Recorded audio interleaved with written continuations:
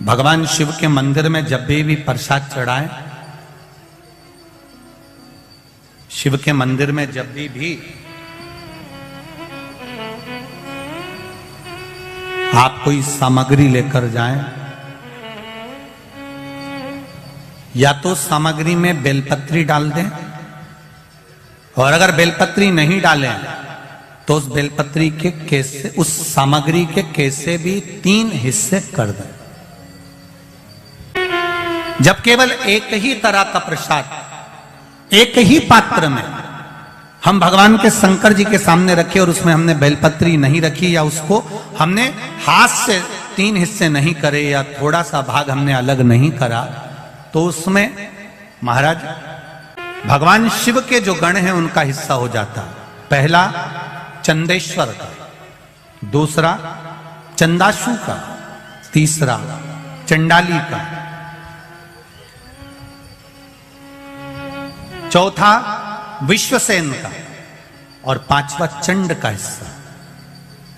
उस प्रसाद में हो जाता।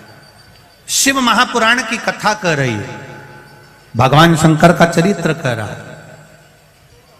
कि भगवान शिव के सामने जो भी हम भगवान के सामने प्रसाद रखें उसमें बेलपत्र अवश्य चढ़ना चाहिए,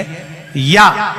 थोड़ा सा भाग में अंतर कर देना चाहिए। जैसे आप भगवान शंकर के सामने रखें, आपने चिरौंजी रखी, चना रखा, चूरमा रखा, या कोई दही का पंचामृत रखा, उसमें भी आप एक बेलपत्र समर्पित कर सकते हैं। क्यों? बेलपत्र उसमें डाल देने से या भाग विभाजन कर देने से